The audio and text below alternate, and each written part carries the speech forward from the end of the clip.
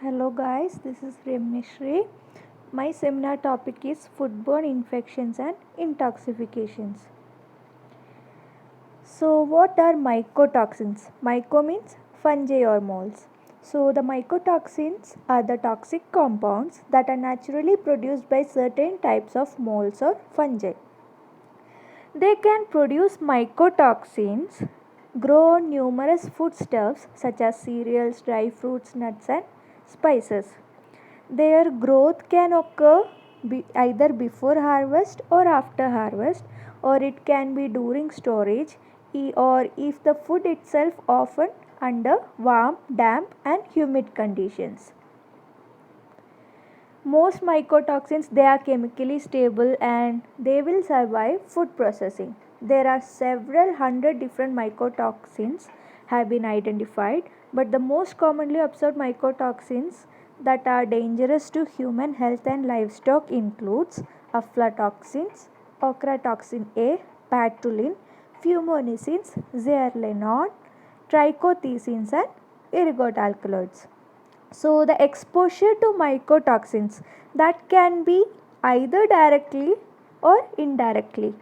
Directly by eating infected food or indirectly from animals, those animals which fed contaminated feed, in particular from milk or eggs. The adverse health effects of mycotoxins, they range from acute poisoning to long-term effects such as immune deficiency and cancer. A scientific expert committee jointly convened by World Health Organization and the Food and Agriculture Organization of the United Nations called JECFA is the international body responsible for evaluating the health risk from natural toxins including mycotoxins. The international standards and codes of practices to limit exposure to mycotoxin from certain foods are established by the Codex Alimentarius Commission based on GECFA assessments. So let's get into the types of mycotoxins. According to our syllabus, there are 6 types of mycotoxins. They are aflatoxins, ochratoxins, fumonisins, trichothecins, zearalenone and ergot. The aflatoxins, they are poisonous carcinogens and mutagens that are produced by Aspergillus flavus and Aspergillus parasiticus, which grow in soil, decaying vegetation, hay and grains. So they are regularly found in improperly stored staple commodities such as millet, peanuts, chili peppers, cotton seed, sweet corn, wheat and variety of spices. So when the contaminated food is processed, these aflatoxins enter the food supply where they have been found in both pet and human foods as well as in feedstocks for agricultural animals. These animals, they will fed contaminated food and it will pass as a transformation products into eggs, milk products and meat. Mostly the children are affected by aflatoxin exposure, which results in stunted growth, delayed development, liver damage and liver cancer. Adults are having higher tolerance to exposure but are also at risk. No animal species in this world is immune to this aflatoxin.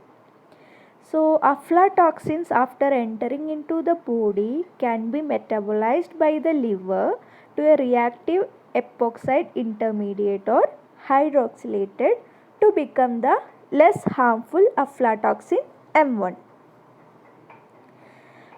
Aflatoxins are the most commonly ingested mycotoxin. However, the most toxic type of aflatoxin B1 can penetrate through the skin. The term aflatoxin was derived from the name of one of the molds that produce aflatoxin, that is Aspergillus flavus. The United States Food and Drug Administration action levels for aflatoxin present in food or feed is 20 to 300 parts per billion. So the major types and their metabolites of aflatoxin. So there are at least 14 different types of aflatoxin produced in nature. The most toxic one is aflatoxin B1 and it is produced by Aspergillus flavus and Aspergillus parasiticus. Aflatoxin G1 and G2 are produced exclusively by Aspergillus parasiticus. Aflatoxin M1 and M2, they were discovered in the milk of cows that fed on infected moldy grain. The grain was infected by moles and that was eaten by the cows, and these aflatoxins M1 and M2 were discovered in the milk of the cows. So these compounds are the products of a conversion process in the animal's liver. Aflatoxin M1 is present in the fermentation broth of Aspergillus parasiticus. Aflatoxin M1 and M2, they both are produced when an infected liver metabolizes aflatoxin B1 and B2. The aflatoxin B1 and B2 are produced by Aspergillus flavus and Aspergillus parasiticus. Aflatoxin G1 and G2 are produced by some group 2 Aspergillus flavus and Aspergillus parasiticus. Aflatoxin M1, metabolite of aflatoxin B1 in humans and animals. Aflatoxin M2 is the metabolite of aflatoxin B2 in milk of cattle fed on contaminated foods. Aflatoxicol, it is a metabolite produced by breaking down the lactone ring. Aflatoxin Q1 is the major metabolite of aflatoxin B1 in vitro liver preparations of other higher vertebrates. So let's get into the contamination conditions. So we all know that aflatoxins are produced by Aspergillus flavus and Aspergillus parasiticus, which are common forms of VD moles that are widespread in nature. So the presence of those moles, they does not always indicate the harmful levels of aflatoxin are present, but it indicates a significant risk. These moles, they can colonize and contaminate food, like before I said, before harvest or during storage or after harvest, or if the environmental conditions are high humidity or stressful conditions such as drought. The habitat of Aspergillus is in soil, decaying vegetation, hay and grains undergoing microbiological deterioration, but it invites all types of organic substances whenever conditions are favorable for its growth. The favorable conditions includes high moisture content and high temperature. So the aflatoxins have been isolated from all major cereal crops and from sources as diverse as peanut butter and cannabis. The stable commodities regularly contaminated with aflatoxins includes chilies, cottonseed, millet, peanuts, rice, sunflower seeds, etc. Aflatoxin transformation products are sometimes found in eggs, milk products, etc. Organic crops which are not treated with fungicides. The crops which are not treated with fungicides are called as organic crops. So, the crops that are not treated with fungicides may be more susceptible to the contamination with aflatoxins. The significance: high level of aflatoxin exposure produces an acute hepatic necrosis resulting later in cirrhosis or carcinoma of the liver. Acute liver failure is made manifest by bleeding, edema, alteration in digestion, changes to absorption or metabolism of nutrients, and mental changes or coma. A regular diet including herbaceous vegetables such as carrots, parsnips, celery and parsley may reduce the carcinogenic effects of aflatoxin. Let's get into the second mycotoxin, that is ochratoxins. They are group of mycotoxins produced by some Aspergillus species, Aspergillus ochraceus and Aspergillus niger, that is an industrial strain, and some Penicillium species, especially Penicillium verrucosum and Penicillium carbonarius. This ochratoxin A, it is the most prevalent and relevant fungal toxin of the group ochratoxins when compared to ochratoxin B and C. Ochratoxin A, it is also known to occur in commodities such as cereals, coffee, dry fruit and red wine. So it is a human carcinogen and it can be accumulated in the meat of animals. Thus, meat and meat products can be contaminated with this toxin, ochratoxin. Exposure to ochratoxin through diet can cause acute toxicity in mammalian kidneys. So as we said, ochratoxin A is most prevalent. It is having more importance than the rest ochratoxins B and C. So let's get into ochratoxin A, which is produced by Aspergillus ochraceus, Aspergillus carbonarius and Penicillium verrucosum. It is one of the most abundant food containing mycotoxin. Human exposure can occur through consumption of contaminated food products, particularly contaminated grain, pork products, coffee, wine, grapes and dried grapes. This toxin has been found in tissues and organs of animals including human blood and breast milk. It is a ochratoxin A, it is a potentially carcinogenic to humans and has shown weakly mutagenic, possibly by induction of oxidative DNA damage. Ochratoxin, like most toxic substances, has large species and sex-specific toxicological differences. So, some scientists have evidence in experimental animals to indicate carcinogenicity of ochratoxin. It was tested for carcinogenicity by oral administration in mice and rats. It slightly increased the incidence of hepatocellular carcinomas in mice of each sex and produced renal adenomas and carcinomas in male mice and in rats. So the carcinomas was 46% of males and 5% of females. In humans, very little histology data are available. So the relationship between ochratoxin A and renal cell carcinoma has not been found. The molecular mechanism of ochratoxin A carcinogenicity has been under debate. However, this mycotoxin has been proposed to play a major role in reducing antioxidant defenses.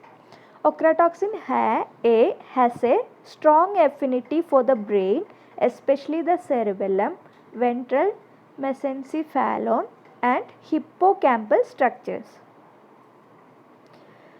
Ochratoxin causes acute depletion of striatal dopamine, which causes the bed of Parkinson disease, but it did not cause any cell death in brain regions were examined.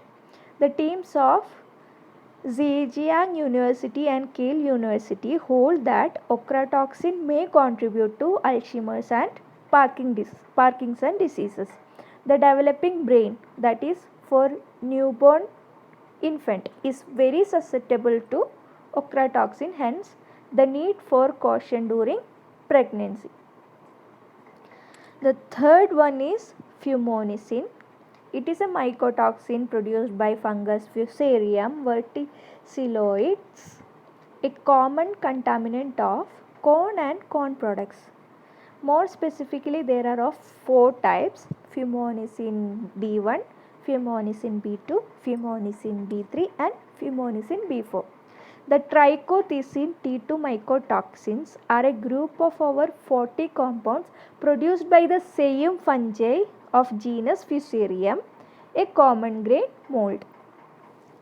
As the fumonisins appear to be non-genotoxic, the possibility that they belong to another class of non-genotoxic carcinogens, the peroxisome proliferators, was investigated. The genetic engineering is a promising means of detoxifying mycotoxins. This approach may provide innovative solutions to the problem of fumonisins in corn. 15 different fumonisins have far been reported and other minor metabolites have been identified, although most of them have not been shown to occur naturally. Next one is trichothecene. Trichothecene, it is a very large family of chemically related mycotoxins produced by various species of Fusarium, Myrothecium, Trichoderma, Trichothecium, Cephalosporium, Verticin monosporium and Stachybotrys. Trichothecenes belong to sesquiterpene compounds. The most important structural features causing the biological activities of trichothecenes are the 12-13 epoxy ring, the presence of hydroxyl or acetyl groups at appropriate positions on the trichothecene nucleus, and the structure and position of the side chain. So they are produced on many different grains such as wheat, oats, maize by various Fusarium species such as Fusarium graminearum, Fusarium sporotrichoides, Fusarium poe and Fusarium equisete. Some molds that produce trichothecene mycotoxins such as Stachybotrys can grow in damp indoor environments. It has been found that macrocyclic trichothecenes produced by Stachybotrys can become airborne and thus contribute to health problems among building occupants. Trichothecenes are most powerful inhibitors of protein synthesis. So the inhibition of proteins, they do this by reacting with components of the ribosomes. So there is a specific site of action of T2 toxin in ribosomal RNA, which is a critical site. Protein synthesis, we all know it is an essential function in all the tissues for growth and dividing, and where the cells are actively and rapidly growing and dividing are very susceptible to the toxins. So trichothecenes are different from most other potential weapon toxins because they can act through the skin. Like other mycotoxins, the trichothecenes do not require metabolic activation for their biological activity. After direct dermal application or oral injection of trichothecene mycotoxins, it will cause rapid irritation to the skin or intestinal mucosa. In case of cell-free systems or single-cell cultures, these mycotoxins will cause inhibition of protein synthesis and polyribosomal disaggregation. And when it comes to animal and human food, type A trichothecenes are of special interest because they are more toxic than other foodborne trichothecenes like type B group. The major effects of trichothecenes related to their concentration in the food are reduced feed in uptake, vomiting and immunosuppression. Relatively few countries, as primarily in the European Union, have recommended maximum limits for these mycotoxins in food and animal feed. However, trichothecenes are often tested for elsewhere in order to prevent them from entering the food chain and to prevent losses in animal production. Another one is zearalenone.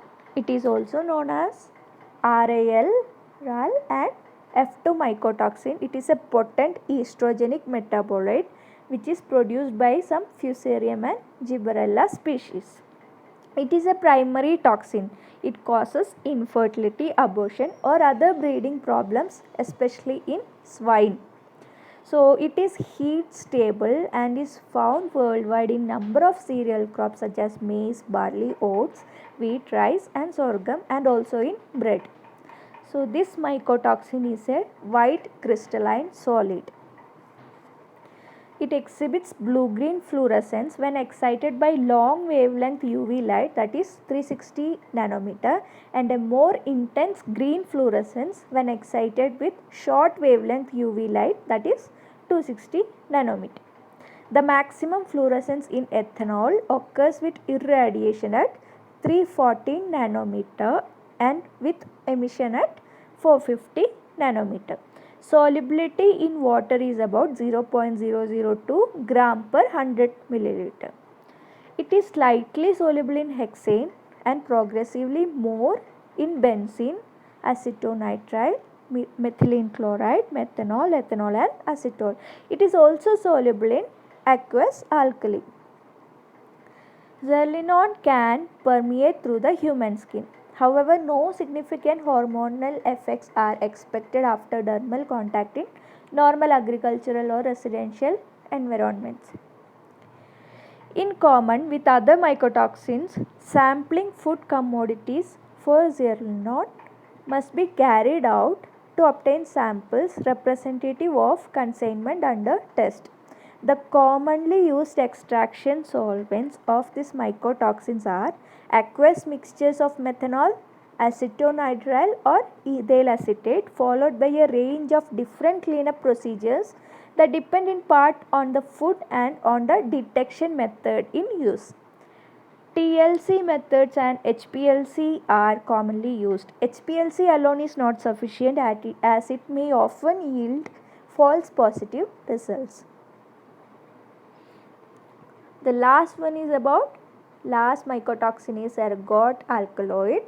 It is the ergot is also called as ergot fungi. It refers to a group of fungi of genus Claviceps. It is the Claviceps purpurea is the most prominent member of this group it is also called as rye ergot fungus. It is called as rye ergot fungus because this fungus grows on rye and related plants, and they will produce alkaloids that can cause ergotism in humans and other mammals who consume grains contaminated with its fruiting structure. The fruiting structure of this ergot fungus is called as ergot sclerotium. Claviceps includes about 50 known species, mostly in the tropical regions. The economically significant species includes Claviceps purpurea, Claviceps fusiformis, Claviceps paspali and Claviceps africana.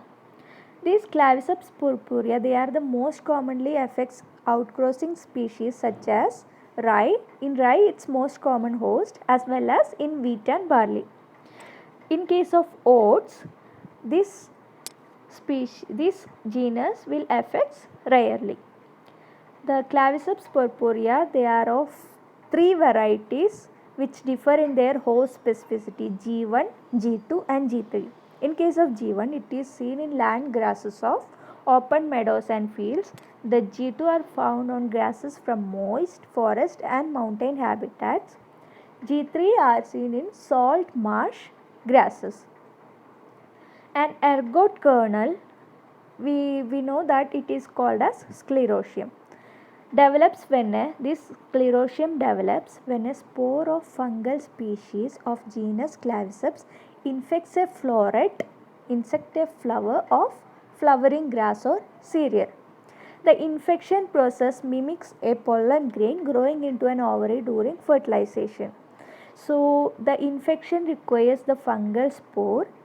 It will get into the stigma, and from stigma it will enter into the ovary, and it will grow like a false stigma, that is a filamentous like structure on open flowers such as rye and ryegrasses.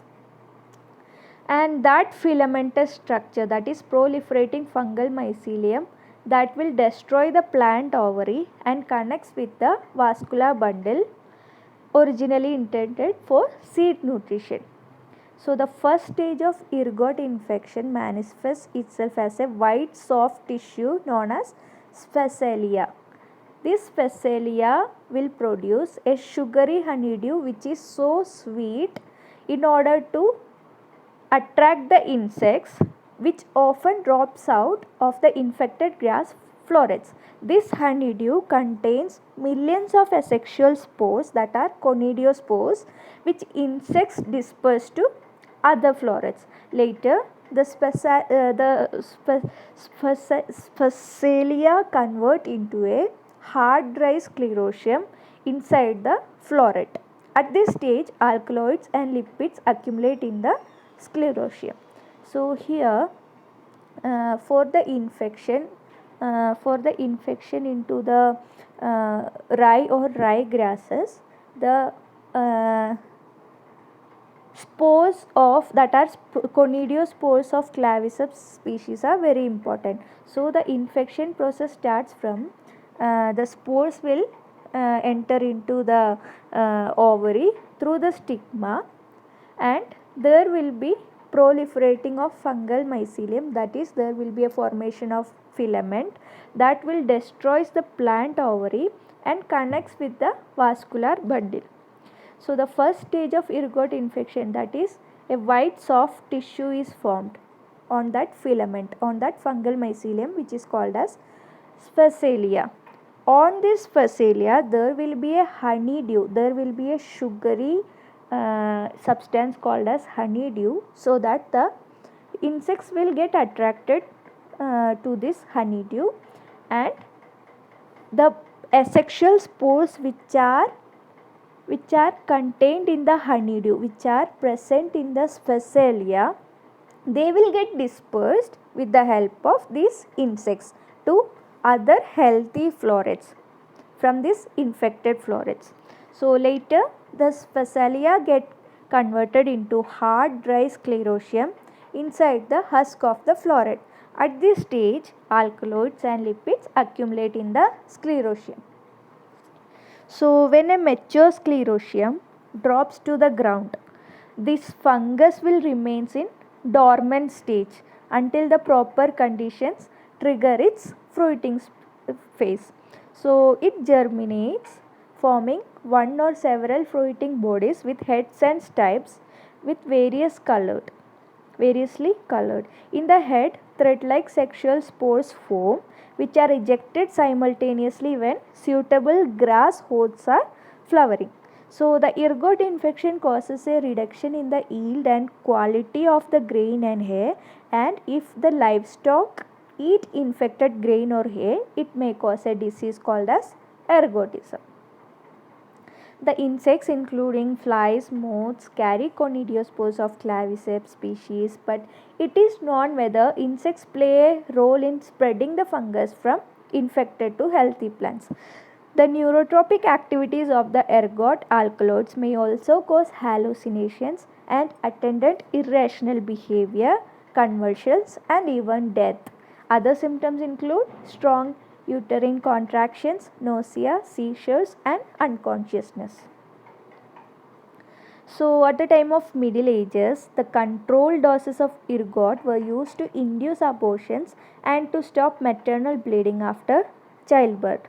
This ergot extract has also been used in pharmaceutical preparations for products such as Cafergot. It is to treat migraine headaches, and ergometrine, it is used to induce uterine contractions and to control bleeding after childbirth. The another topic is foodborne outbreaks. So what are foodborne outbreaks? A foodborne disease outbreak, it is a cluster of two or more infections caused by the same agent, which upon investigation are linked to the same food. So it is an occurrence of disease greater than expected at a particular time and place. So the infection may be affect a small or localized group or upon 1,000 people across an entire continent. So outbreaks can be epidemics and pandemics. Epidemics means which affect a region in a country or a group of countries. Pandemics means which describe global disease outbreaks like What we are suffering? Corona. What the world is afraid about? Corona. Patients with foodborne illness typically present with gastrointestinal tract symptoms such as vomiting, diarrhea, abdominal pain. However, non-specific symptoms and neurological symptoms may also occur. Every outbreak begins with an index patient who may not be severely ill. A physician or healthcare professional who encounters this person may be the only one with the opportunity to make an early diagnosis. Thus, the physician or healthcare professional must have a high degree of suspicion and should ask appropriate questions to recognize an illness may have a foodborne etiology. The important clues for determining the etiology of a foodborne diseases are incubation period, duration of the resultant illness, predominant clinical symptoms, and population involved in the outbreak. The additional clues involved can be whether the patient has consumed raw or poorly cooked foods, unpasteurized milk or juices, home canned foods, fresh produce, or soft cheeses made from unpasteurized milk. Inquire as to whether any of the patient's family members or close friends have the similar symptoms. Inquiries about living on or visiting a farm, pet contact, daycare attendance, occupation, foreign travel, travel to coastal areas, camping excursions to mountains or other areas where untreated water is consumed, and attendance at group picnics or similar outings also may provide clues for determining the etiology of the illness. If a foodborne illness is suspected, submit appropriate specimens for the laboratory and contact the state or local health department for advice about epidemiologic investigation. For the physician or other healthcare professional, implication of a specific source in disease transmission is difficult from a single patient encounter. So, they will attempt to identify the source of the outbreak and the best left to public health authorities.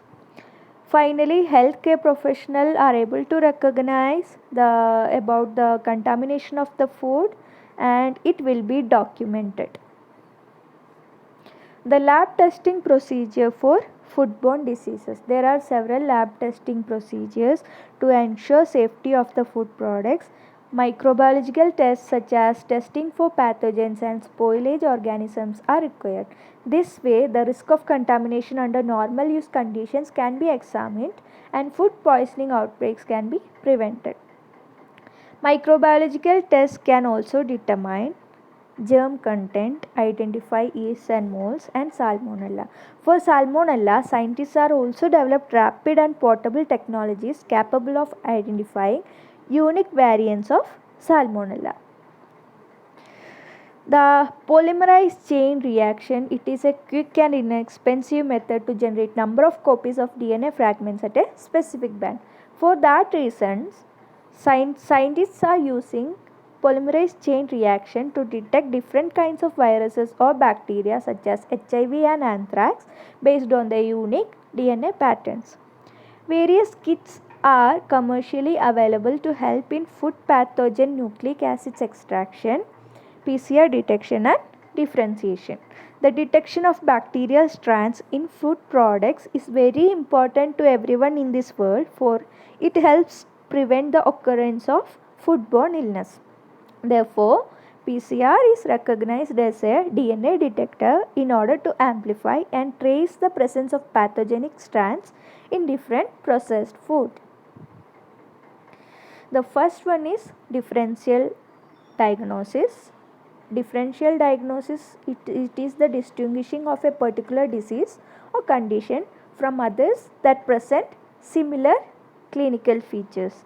Differential diagnostic procedures are used by physicians and other trained medical professionals to diagnose the specific disease in a patient. If any of the following signs and symptoms are occurring in these patients, either alone or in combination, laboratory testing may provide important diagnostic clues such as bloody diarrhea, weight loss, diarrhea leading to dehydration, fever, prolonged diarrhea, neurologic involvement such as paresthesias, motor weakness, cranial nerve palsies, sudden onset of nausea, vomiting, diarrhea, severe abdominal pain. In addition to foodborne causes, a differential diagnosis of gastrointestinal tract disease should include underlying medications such as irritable bowel syndrome, inflammatory bowel disease such as Crohn's disease or ulcerative colitis, malignancy, medication use, gastrointestinal tract surgery or radiation, malabsorption syndromes, immune deficiencies, and numerous other structural, functional, and metabolic etiologies. The differential diagnosis of patients presenting with neurologic symptoms due to a foodborne illness is also complex. Possible food related causes to consider include recent ingestion of contaminated seafood, mushroom poisoning, and chemical poisoning. Because of the ingestion of certain toxins like botulinum toxin or tetrodotoxin, and chemicals such as organophosphates can be life threatening, a differential diagnosis must be made quickly with concern for aggressive therapy and life support measures, example respiratory support, administration of antitoxin or atropine, and possible hospital admission. The second one is clinical microbiology testing. So, when submitting specimens for microbiological testing, it is important to realize that clinical microbiology laboratories differ in protocols used for the detection of the pathogens. So, the physicians and other healthcare professionals should understand the routine specimen collection and testing procedures as well as the circumstances and procedures for making special test requests.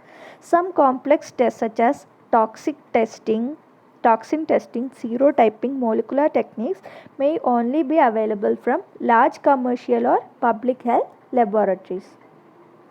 The stool cultures are indicated if the patient is immunocompromised, febrile, has bloody diarrhea, has severe abdominal pain, or if the illness is clinically severe or persistent.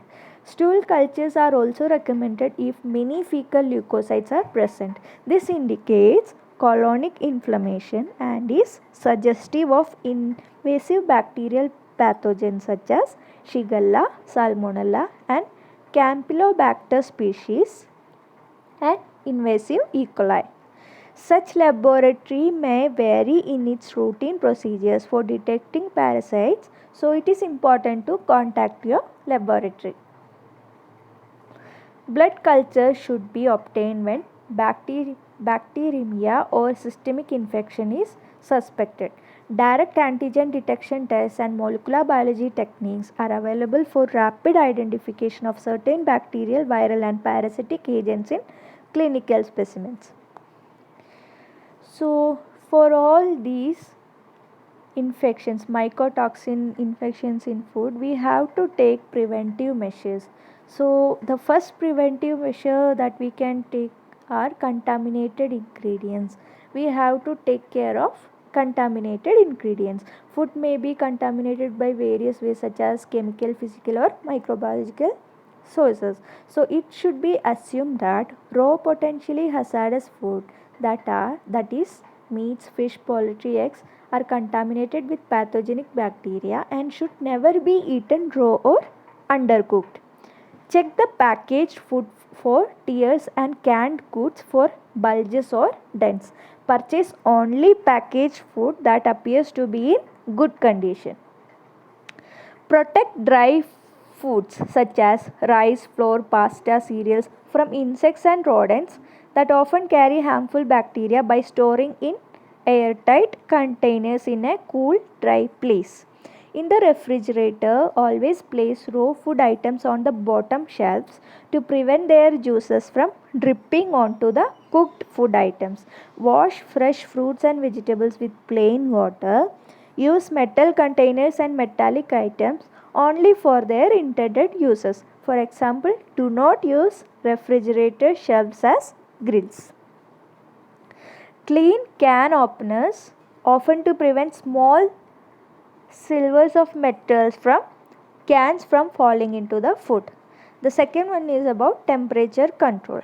Failure to cool potentially hazardous foods quickly and failure to cook them thoroughly are major causes of foodborne illness. It is vital to keep foods, especially potentially hazardous foods, out of the temperature danger zone to ensure that foods are cooled, cooked, held at hot or cold temperatures that severely limit bacterial growth. Some type of food temperature measuring devices are used. Commonly used food temperature measuring devices are metal stem, bimetallic thermometer, etc. While shopping, pick up foods that should be kept cold last. Buy eggs only from a refrigerated case. In hot weather, take along cooler to keep foods cold. Buy products labeled with keep refrigerated only from a refrigerated case. While storage, refrigerate or freeze cold food right away. Interrupted or partial cooking of potentially hazardous foods provides optimum conditions for bacterial growth, therefore, it should be not done. The only way to assure that a food product is thoroughly cooked is to take the temperature of the food. The third possibility is cross contamination. It is the transfer of harmful bacteria from one food item to another by means of a non-food surface, that is utensil, countertop, cutting board, mixing bowl, human hands, etc. Bacteria can survive in kitchen sponges, dish towels, dish cloths, and can be transferred to utensils and equipment used in food preparation. So, while shopping, put raw meat, fish, and poultry in plastic bags to prevent their juices from dripping onto other foods. Store raw and cooked foods in separate areas. Wash, rinse, and sanitize cutting boards and knives after cutting raw meat, fish, or poultry. Kitchen dish towels, cloths, and sponges should not be used to wipe up food spills from the floor or clean hands and faces. Pick up and place utensils by their handles. Avoid touching the rims of the bowls, dishes, and plates. Avoid touching the rims of the it got repeated. So avoid touching the rims of the bowls, dishes, and plates. The most important thing is personal hygiene, that we all know. People are the key to reducing the risk of foodborne illness. People can be carriers of diseases causing microorganisms and not show symptoms of illness, but may pass on the illness to other people. One half of all healthy people carry a type of staphylococcus either without symptoms or in a pimple, acne, or skin wound. So the hands must be washed frequently for at least 20 seconds with warm water and soap. They should be always washed after using the restroom, eating, before starting food preparation. Also, after preparing raw potentially hazardous food and preparing a food item that is eaten raw, picking up objects from the floor, handling a pet, taking out the trash or garbage, coughing, sneezing, touching any part of the body, clearing tables, and handling dirty dishes. Even after all this process, we have to wash our hands. And the last one is about sanitization. Sanitization practices impact many of other causes of foodborne illness. For example, if the knife and the cutting board that has been used to cut up raw chicken is not washed, rinsed and sanitized before being used to cut up carrots for a salad, cross contamination can occur. Washing with hot water and detergent and rinsing with hot water to remove soil and food particles and detergent residue must take place in order for sanitizing to be effective. Sanitizing is defined by FDA as a process which reduces the presence of microorganisms to safe levels. It is not a substitute for cleaning. Heat and chemicals are two types of commonly used sanitizers. Heat may be used by immersing cleaned equipment and utensils in water that maintains a temperature of 165 degrees Fahrenheit or 74 degrees Celsius or above for at least 10 seconds after they are washed and rinsed. The water should be changed often due to loss of temperature and buildup of residues. If food preparation equipment and tableware are washed in a dishwasher, the water temperature should be at least 165 Fahrenheit. For safety reasons, the water temperature should never be above 194 degree Fahrenheit. There are a wide variety of chemical sanitizers available to the food industry. Hypochlorites deodorize and sanitize are colorless and no staining, are easy to use, inexpensive, non-toxic to humans when used at recommended concentrations and readily available for use in foods and nutrition labs. I hope all of you have understood about the topics. If you have any doubt, please interact in the course chat. Stay safe, stay home, take care of yourself, and thank you.